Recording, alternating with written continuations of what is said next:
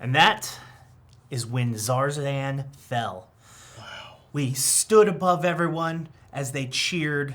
It was a wonderful day. Yeah, that sounds awesome. Did you read the original copy or was that the translated copy? My physical form was physically there when it happened. Sure. Oh shit, wait!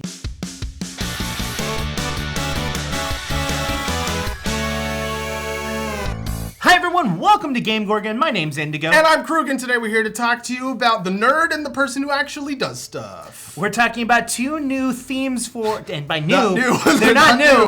Themes that we have not covered yet, Yes. the Scholar and the Spacefarer. Yes. The first one we're going to go over is the Scholar. It gives you a +1 to int, because what else would it give you? Because you read books. What else would it give you When a you read +2? a book in real life or in RPGs, you gain int. The first thing that you get is, the theme knowledge, which everyone gets. This one is the most complicated theme knowledge out of all of them. So much so, I'm just going to read it, because I'm not going to remember this. Choose either life science or physical science, and then choose a field of specialization.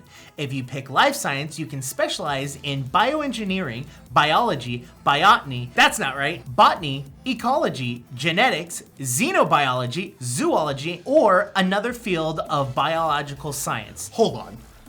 First of all, who knows the difference between those things? What GM's gonna be like, oh, you specialized in bioengineering, not biology, and there's a very fine line between those things, and so you don't know the thing that this doesn't apply because it's bioengineering and not... Well, and hold on. So What? you have to choose between the two sciences, Yeah. life or physical. Yeah. This is just the life science choices. Yeah. There's an entire section of physical science choices. Let's read about how ridiculous those are. If you pick physical science, you can specialize in astronomy, chemology, chemistry, climatology, geography, geology, meteorology, oceanography, physics, or another field of physical science. It's gonna be very difficult for GMs to rule on this because there's some fine lines here. But hold on. Do geology and meteorology overlap? T.S. Quint pointed out that I compared two sciences that I should not have. I should have compared meteorology and climatology, not meteorology and geology. Why did I do the latter? It's because I read the word meteor, Yep. and I was like, rocks and rocks. That's not right. That's not how those things work. Well, maybe the reward you get by choosing a very hyper-specific one is equal to it being so hyper-specific. Yeah. Let's see. The DC of the skill check is just reduced by 5. So, Cool. It's too specific. it's way too specific Like and we've complicated. been saying every once in a while in certain episodes, like, oh, this skill's a little too specific. This one's way too specific. To walk this back a little bit. I would And say, to be fair, some people will be like this into the science part Sure, of the sure. and we'll know the differences Yeah. between all these things, and we'll have like set, lines between them. That's rare. the other thing that you get with this is, depending on whether you chose life or if you chose physical science, you're going to treat this as if it were a class skill, and if it already is, you get a +1 bonus to it. Like 3 out of 10 for this. But it's level 1, who cares? Yeah. Whatever. Let's go on to the next. At level 6, you're gonna get just the tip. No, hold on. You're gonna get tip of the tongue. This is actually really useful. This is gonna allow you to re-roll any recall knowledge check. Now, there's a specific caveat here. You have to re-roll the check before you learn any information about the check, but after you learn your result. You have to use the new result no matter what it is. This is really good. And this isn't just for life sciences or physical science. This is just any recall knowledge check. So this is just mwah. Maybe that's why the first one's so restrictive, because this one's pretty fucking great. At 12th level, you're going to get Research Maven. You're going to be able to research things in a quarter of the amount of time using like a library or like where you can find information. I think it's important to note that it's not just books, it's not just written text, it's also like data, like in a database, stuff like that. It's not limited to the printed word. No. It's also using computers. Yeah, it's any place that you can get information, I think, is really like the aspect of it. You're also going to be able to take 20 on a recall knowledge, but it takes you 5 rounds to do it. It actually says it typically takes you 5 rounds. I think this is just vagueness so that the GM can be like, okay, but not right now, no. Yeah.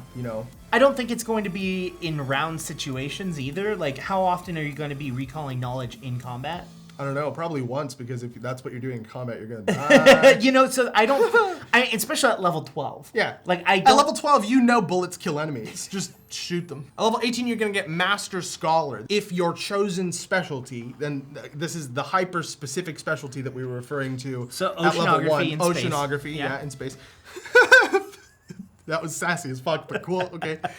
If that is pertinent to the situation that you're in, you can spend 10 minutes like contemplating and researching, maybe using the infosphere or something, make a recall knowledge check to get that information and recover a resolve point. This isn't gonna be something where you're regenerating points in combat, obviously, because you have to spend 10 minutes doing Yeah, stuff. I mean, it's the same as all the other. Yeah, I just think it's a little specific still, again. Now imagine if I chose this theme in our Dawn of Flame. Sure. Yeah. How would oceanography help me on the sun? I cannot fathom a single ocean. Oh, get it? Fathom? That was a pun. There was a space whale. There was a space whale. I would have not taken oceanography to learn about the space whale. It came from the plane of fire, dude.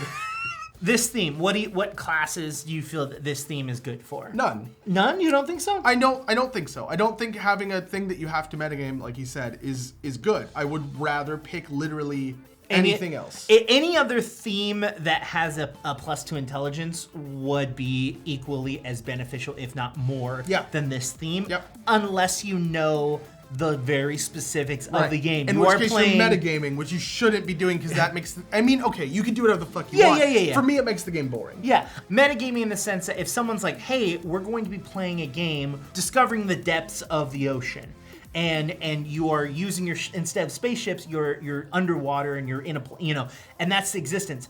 Well, my theme is this, where I'm an oceanographer, and that's why I'm chosen for this mission. Like beforehand, while it is metagaming, it does, like, it would make sense. I super see that, because why would an oceanographer not be involved in that mission? But it's a different tone when it's like, what should I pick for this? Hey, Mr. GM person. If it's just a generic, like, it's a Starfinder campaign, you're gonna be on a planet or you're gonna be in a ship, and then you're gonna go back and forth between planets and ships.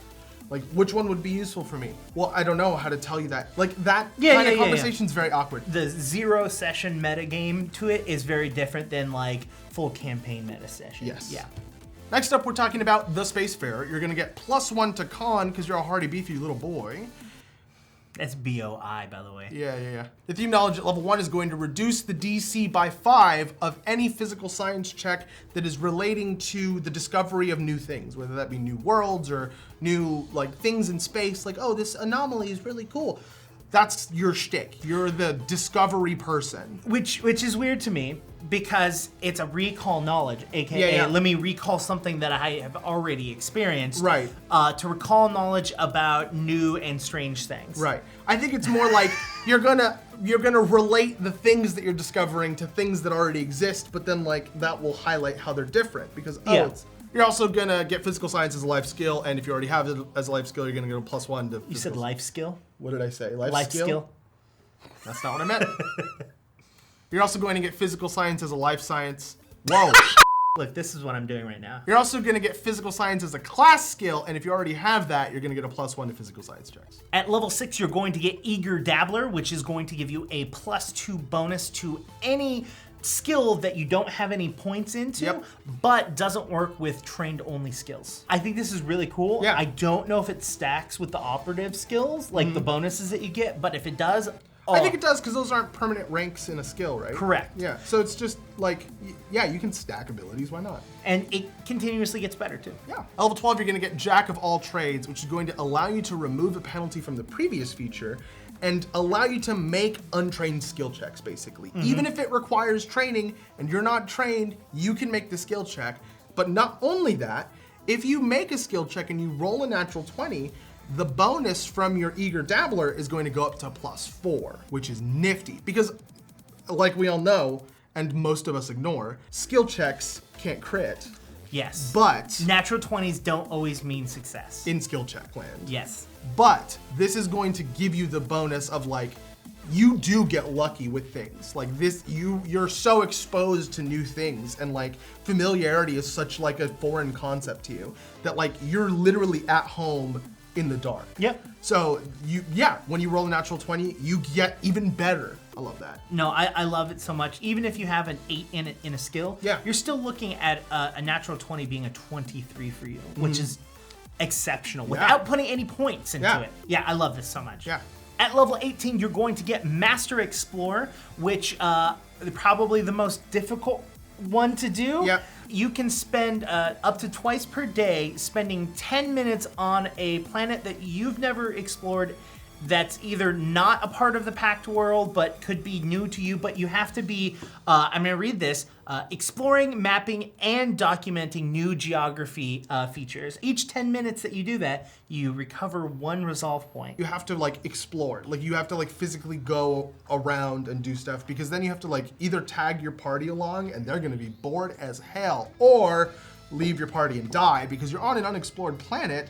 Probably gonna die. I think that the level 18 on this is a little bit like pushing you into like the Star Trek kind of like this is what we do. Take a couple red shirts with you. Yeah, like this is what we do. We go out and explore and we find new planets.